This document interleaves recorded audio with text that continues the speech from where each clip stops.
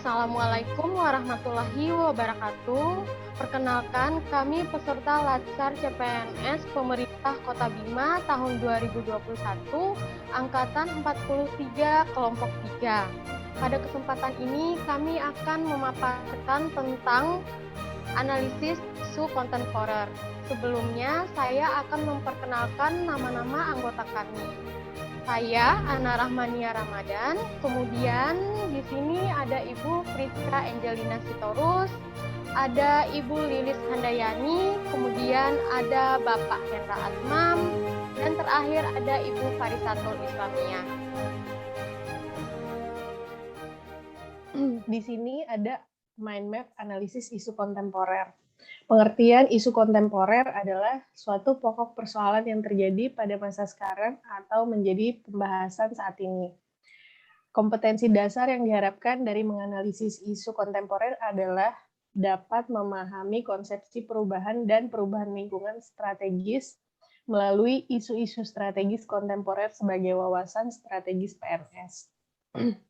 Jenis isu ada 3. Yang pertama, current issue atau isu saat ini. Kedua, emerging issue atau isu berkembang. Dan ketiga, ada isu potensial. Selanjutnya, untuk menganalisis isu, ada metode-metode yang dapat kita gunakan.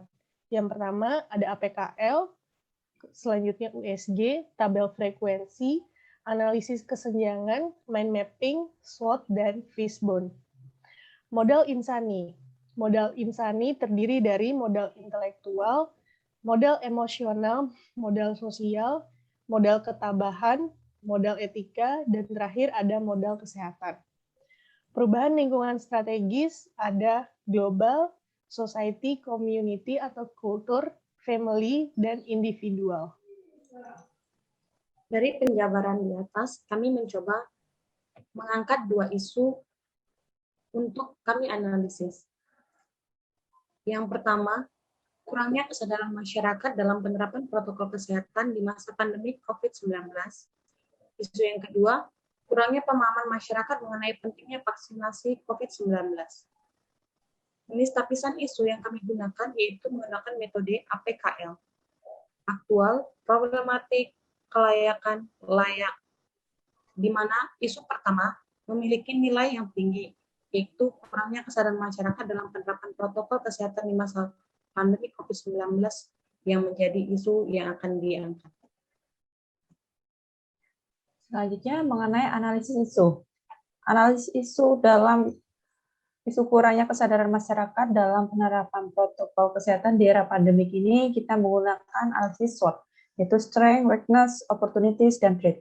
Di mana strength atau kekuatan dalam penelitian ini yaitu pentingnya kesadaran melaksanakan protokol kesehatan di era pandemi COVID-19 untuk memutus mata rantai penyebaran virus COVID yang belum memiliki obat untuk menanganinya.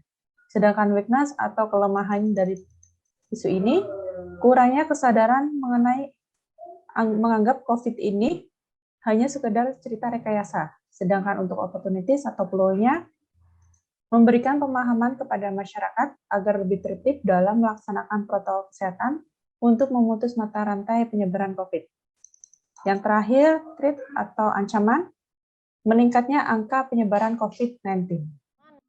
Setelah dilakukannya analisis isu menggunakan analisis SWOT, maka kita dapat memberikan rekomendasi kepada pihak yang berkepentingan. Nah, yaitu pertama, pemberian sanksi yang tegas kepada setiap pelanggaran protokol kesehatan. Nah, sanksi ini bisa berupa sanksi sosial ataupun sanksi administratif. Yang kedua, memberikan edukasi pentingnya penerapan protokol kesehatan pada seluruh lapisan masyarakat. Nah, edukasi ini dapat berupa sosialisasi yang dilakukan oleh 3 pilar, yaitu PNS, Polri, dan TNI. Dan juga bisa masyarakat saling memberitahu bahwa pentingnya penerapan protokol kesehatan di dalam kehidupan sehari-hari. Baik, dari penjelasan teman-teman tadi dapat kita tarik kesimpulan Pertama yaitu pentingnya penerapan protokol kesehatan di masa pandemi COVID-19 ini untuk memutus penyebaran virus COVID-19. Kemudian yang kedua, untuk meningkatkan kesadaran masyarakat dalam penerapan protokol kesehatan, seluruh lapisan masyarakat harus ikut terlibat dalam penegakan sanksi bagi setiap pelanggaran, baik sanksi sosial maupun hukum yang berlaku. Demikian hasil pemaparan dari kelompok kami. Lebih dan kurangnya kami mohon maaf. Wabillahi taufiq wal hidayah. Wassalamualaikum warahmatullahi wabarakatuh.